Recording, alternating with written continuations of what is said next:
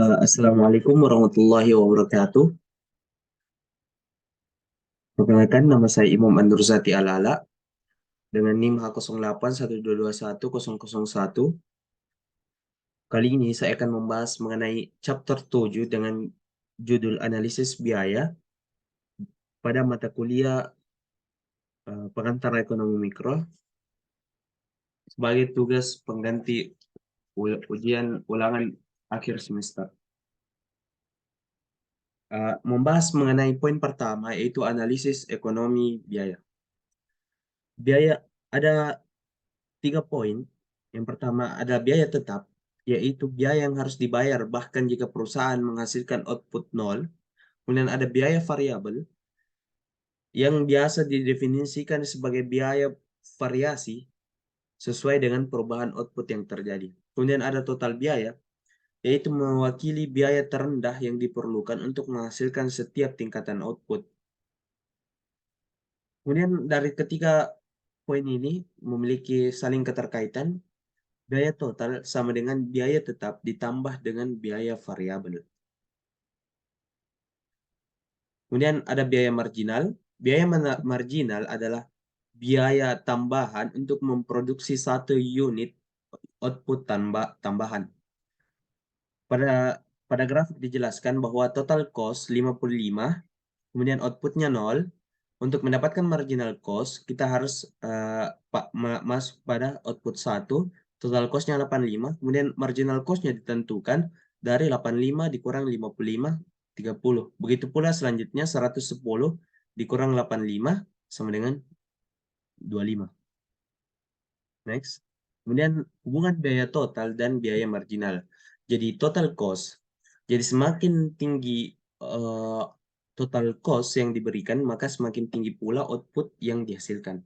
Kemudian marginal cost.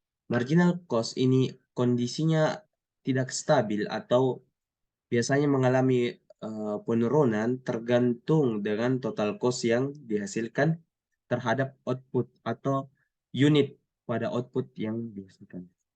Kemudian ada biaya rata-rata. Biaya rata-rata adalah biaya total dibagi dengan output yang diproduksi.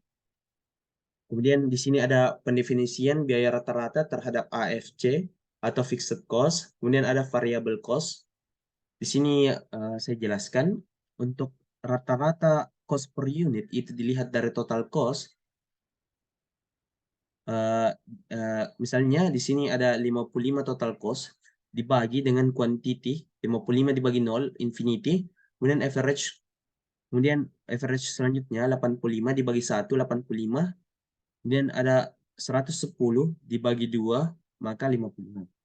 Untuk average fixed cost per unit sama dengan sebelumnya, tapi kita merujuk pada fixed cost-nya. 55 dibagi 0, infinity. Kemudian misalnya di sini 55 dibagi 3, maka 18, 1/3. Selanjutnya di sini ada variabel average variable cost. Misalnya di sini ada 0 dibagi 0, maka tidak terdefinisi. Kemudian ada 30 dibagi 1. Mohon maaf. Variable cost di sini 0 dibagi 0, tidak terdefinisi. Kemudian misalnya ada uh, misalnya 55 dibagi 2, maka 27,5 yang dihasilkan terhadap variable cost. Selanjutnya kurva biaya. Ketika biaya marginal di bawah biaya rata-rata, maka biaya rata-rata akan tertarik juga ke bawah. Maka ketika marginal cost-nya ada di atas average cost akan tertarik ke atas juga. Jadi ini keterkaitan antara average cost dengan marginal cost dapat dilihat melalui grafik ini. Kemudian keterkaitan antara total, fixed, dan variable cost dapat dilihat dari grafik ini. Kemudian hubungan antara produksi dan biaya. Misalnya kita memiliki suatu output beberapa ton gandum, kemudian di sini inputnya berupa lahan 10 acres dengan hitungan acres, kemudian pekerja di sini ada input pekerja dan sawah biaya sewa lahan 5,5, kemudian biaya bayar untuk worker, kemudian total cost yang dihasilkan yaitu dari land rent dikali dengan land input, misalnya 5,5 dikali 10 menghasilkan 55. Karena di sini labor inputnya 0, maka tetap 55. Jika 85, 5,5 dikali 10 ditambah dengan 5 dikali 6. 55 ditambah 30 menghasilkan 85. Begitupun selanjutnya. Masuk ke kurva diminishing return yang sebenarnya sudah saya jelaskan pada chapter 6, yaitu kondisi di mana input yang dimiliki melebihi kapasitas produksi, maka pendapatan akan menurun. Maaf. Di sini kita lihat kurvanya mengalami penurunan ketika adanya input yang melebihi kapasitas produksi. Di sini ada melebihi kapasitas produksi sehingga dia langsung turun outputnya. Kemudian di sini ada produce upward sloping MC, yaitu suatu marginal cost.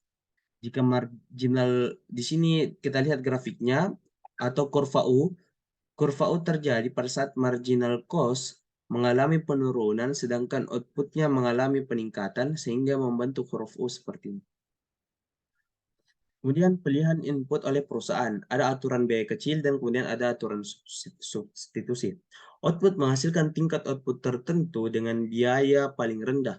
Perusahaan harus membeli input sampai menyamakan produk marginal per dolar untuk dikeluarkan untuk setiap input.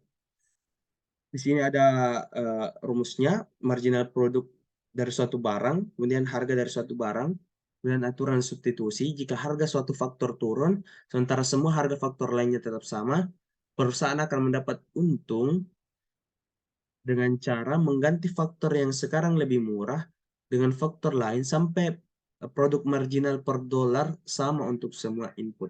Jadi inilah aturan yang biasa diterapkan untuk setiap perusahaan. Biaya ekonomi dan akuntansi bisnis. Ada laporan keuangan, laporan pendapatan atau laporan laba rugi, kemudian ada laporan neraca. Pendapatan yaitu laporan yang mengukur arus perusahaan, yaitu perubahan per unit waktu perusahaan. Di sini ada rumus dari pendapatan bersih, yaitu total pendapatan dikurang total biaya. Dan ada laporan neraca. Laporan neraca adalah laporan untuk mengukur stok, aset, dan kewajiban atau liability suatu perusahaan. Dengan rumus total aset sama dengan total kewajiban ditambah kekayaan bersih. Kekayaan bersih dirumuskan aset dikurang dengan kewajiban. Berikut adalah contoh dari laporan pendapatan atau laporan laba rugi dengan laporan neraca. Dapat disimak dari gambar berikut.